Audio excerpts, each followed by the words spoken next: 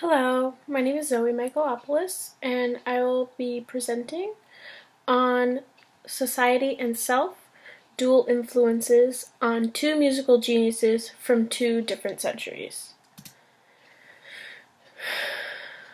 I start my research paper discussing the new science of psychology in hopes to analyze the psychological aspects of both Beethoven and Cole Porter and how their psychological being affects or influences their music along with societal influences as well. And it brings up the question of whether they are geniuses or if they're recluse beings, meaning if their so-called talent, their so-called genius, which is their talent of music, can be seen as a blessing, or if it hinders them in any way because it may cause their mental illness, or if their mental illness causes their talent. It's a question that sort of goes unanswered, but can be justified in certain ways. And how psychology and the society that they lived in at each time period, because they lived in different time periods, how all of those things affect their music, but also how all of those things affect their psychological health. First, we start with Ludwig van Beethoven, and he was a classical composer bridging into the Romantic period. He was known to possibly have bipolar disorder or bipolar depression. He certainly showed signs of depression and signs of bipolar disorder, but this wasn't the type of illness that they would diagnose at the time that he was living. His father was a known alcoholic, and once his grandfather died, his grandfather was the man that basically kept their family together. Once his grandfather died, Beethoven had to leave school at 11 years old, and he became the main financial supporter in his family by the time he was 18. So he basically used his talents in a clever way in order to help save the wealth of his family and the well-being of his family by making money in any possible way that he could, the only way that he knew that he could, because he was such a musical genius.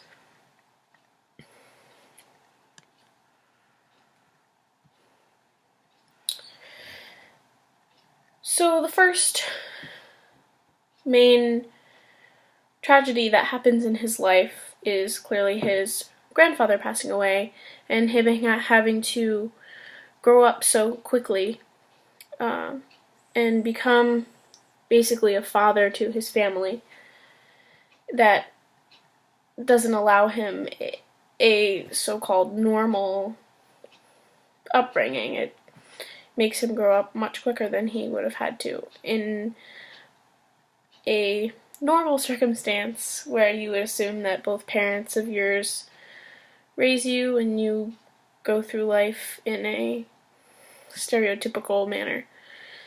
So most of the time, because he seemed to be bipolar or depressive, he didn't really have much communication. He didn't have very thorough communication or clear communication with people in general, so his love life was very dry. He didn't marry anyone, and then the women that he did want to marry or that he did find beautiful and was interested in, they were of a higher class than him. So as a musician, he was basically their servant, because he would compose for these higher class families and play music for them. That was his job. and those women wouldn't want to marry their help. They wouldn't want to marry someone who's below them.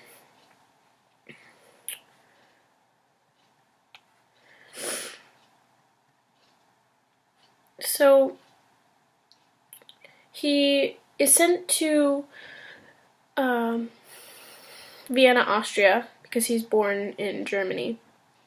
He's sent to Vienna, Austria, by the Elector, to study with Mozart. But he gets notice very quickly that his mother had passed away, and he saw his mother as his favorite person in his life. It was his rock. She was basically his best friend. And that is stressor, you can say number 2, but there must have been many different things that went on in his life, even at that point, that created his depression. So his mother died, and he was still writing music at the time. He was on his beginnings of his musical journey, really. He hadn't written anything significant yet. But then he did start. So I think that may have been something that really triggered him into writing the music that he did write, even if it seemed angry. But he did have many things that portrayed love and portrayed happiness at the same time. He then was going through a custody battle over his nephew because his brother had died. So he was in this battle with his sister-in-law, the mother of the child. He was in this custody battle over the nephew. He really wanted his nephew to, be taken under his wing and be a musician just like him, because his nephew was actually the only Beethoven left. So after Ludwig, Ludwig's brother Karl died, but Karl had a son also named Karl. And that was the only remaining Beethoven heir. So Beethoven had it stuck in his head, Ludwig Beethoven had it stuck in his head that he was going to take this nephew and make sure that he expanded the Beethoven musical legacy. And that didn't go very well, so he would go into rages, and his rages were described as paroxysmal. So he would basically convulse and just go over the top like a crazy person, just because he was angry over certain things, and that definitely caused him extreme stress and depression in his life. And if he did have bipolar disorder, that would be one of the symptoms in his case, where he had no control of his anger. And then, not too long into that period of his life, the middle stage of his life, he noticed that he began to lose his hearing. So he would be standing in front of a choir or the orchestra that he was conducting, and he was like, I can't even hear the extremely loud singers and orchestra that are right in front of me. And it puzzled him, and it frustrated him for a very, very long time. Over 20 years.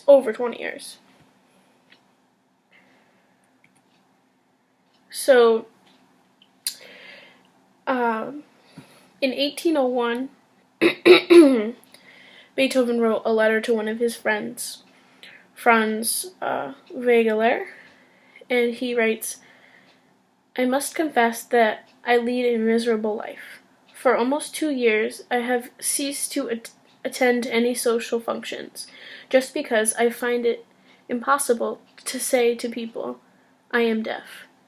If I had any other profession, I might be able to cope with my infirmity, but in my profession, it is a terrible handicap. Now, he didn't go out in public and say this to anybody. He wrote it privately to his friend who he thought he could trust. And that is one way to get things off your chest, but it doesn't really, help you cope completely with all this anger that's held up inside him. So, assumingly, he put that into his music as well. His built-up anger and anguish. So, right after that letter, not right after, not like the next day, but in 1804, between 1804 and 1808, he was writing his Fifth Symphony, which is one of the most popular, which goes, it starts out, everybody knows, it goes dun dun dun dun, and that's what everybody says it is, but it's a little more complicated than that musically.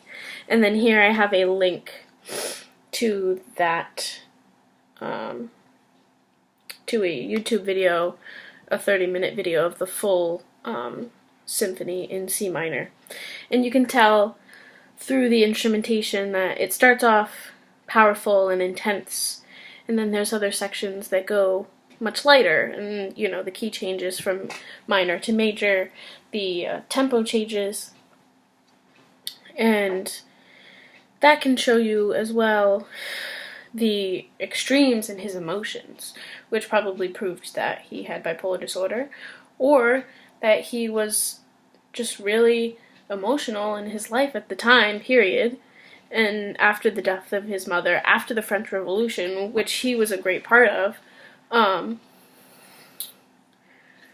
and it shows his emotion, the effects of society on his emotions, and how he handles that, so like his predisposed psychological ailments or abilities. And then, unfortunately, everyone dies, but Beethoven died in March 26th of 1827, so he was 56 years old. That's very young. I mean, for that time period, it wasn't extremely young, but for us now, that seems like only half of your life. And he did have many, many medical issues on top of his emotional and mental illnesses. So he was said to have died from cirrhosis of the liver in his toxicological autopsy report. So he died of alcohol poisoning, basically. That he was drinking so much alcohol at the end of his life because he was so depressed. All of these things had happened to him. All the people in his life had died. He was basically all alone. He lost his hearing. He was extremely frustrated that he lost his hearing. So he drank himself to death. He had cirrhosis of the liver. He also had these other health issues going on throughout his life. Surprised to hear all these and find out that he lived until he was 56 and didn't die from any of these other infections or diseases before. So he had syphilis. He was known to have syphilis, infectious hepatitis, sarcoidosis, which is like a tightening of the hardening of the muscles over time. So like a nervous system shut down, basically. And then Whipple's disease, which is another nervous system affected disease. And all of these things go back to the fact that he was drinking so much. And his drink of choice was wine. They found that the wine that he was drinking, had lead in it. Extreme amounts of lead, so that led to all of these issues And it most likely that's probably what led to his deafness as well. So he had this nervous system issue, lead poisoning, alcohol poisoning. He was doomed. Now, we go ahead a century, and Cole Porter is a jazz and musical theater artist. He wrote his first song at 11, and his mom helped him publish it, which I thought was very cute. But his grandfather basically forced him to go to law school, so he went to Yale first, and then he went to Harvard Law School. But the dean of Harvard Law School transferred him to the School of Music because he saw his talents. He was writing all these songs. He wrote two of the most famous college songs, which are still used at Yale. The Yale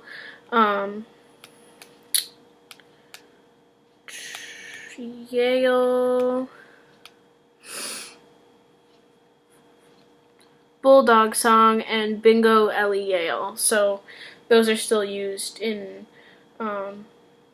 spirit at Yale. And he met someone named T. LaRawson Riggs at the music school at Harvard, and they wrote a Broadway show together. That was his first Broadway show to debut. It didn't do so well. It basically was a failure, but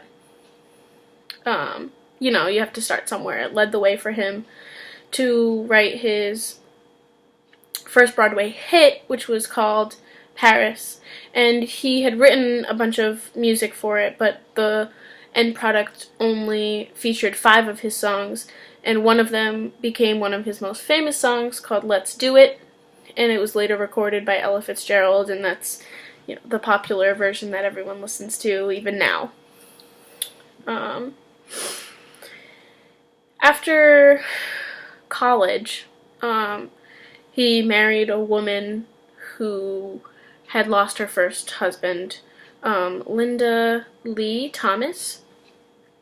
And at the time, you know, Cole Porter was making so much money that they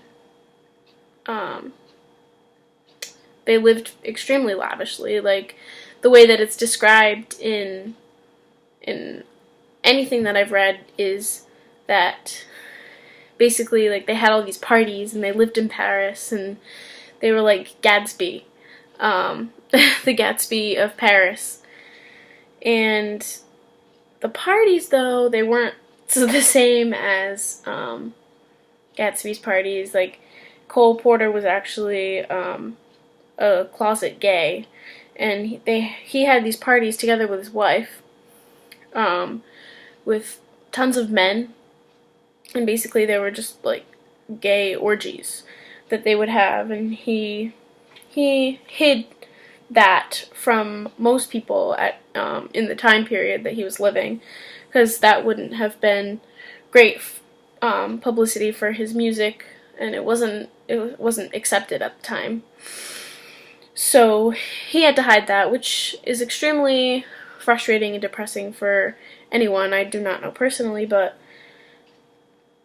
we all hear about it, and it's a big political conflict. And then later on in his life, not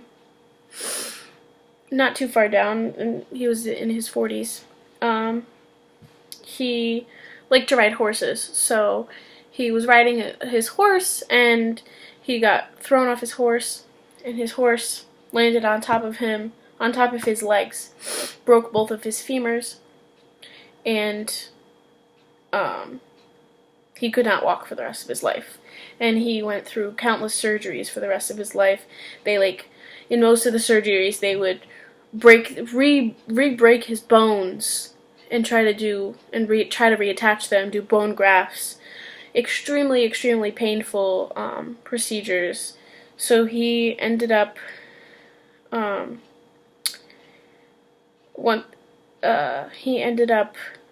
being in pain for the rest of his life.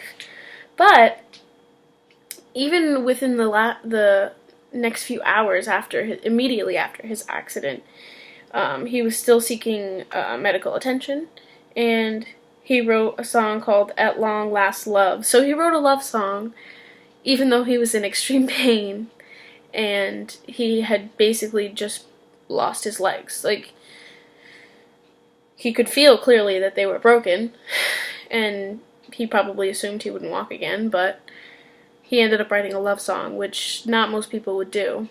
If it were Beethoven in the case, Beethoven probably would have written something angry, or scratched holes in the paper of his sheet music, which he did in his own sheet music. He would scribble all over the place, especially when he was going deaf. He would get so frustrated and bang on the piano. But Cole Porter did the opposite, and he wrote about love, and he wrote happy things. And then his most famous musical that he wrote was called Kiss Me Kate. He was still bound to a wheelchair after his accident, still going through surgeries. And not only did his legs break from the accident, but he contracted osteomyelitis, which is the hardest infection to treat. It's like an infection of the bone. Even if you try to treat it, it's like it basically it's almost untreatable. It's very difficult. So he lived with that for the rest of his life, basically. And he wrote this musical that was happy. Some of the songs were happy. And he didn't want people to pity him. He didn't want people to feel bad for him, so he wanted to portray this person of happiness, and that he didn't care that he had lost his legs. He would still go out to like parties and events regarding his shows. He would have his valet carry him to these events that he had to go to. He didn't want to give up his social life. But then when his wife died, he became a complete recluse, and he stayed in his apartment. He didn't want to leave. Even though he was gay, he did love his wife. There's no doubt, because he became extremely, extremely depressed when she died. They were best friends. And then he became an alcoholic, and he abused the narcotic painkillers that he was using to, numb the pain of all of these infections and bone-breaking operations that he had to go through.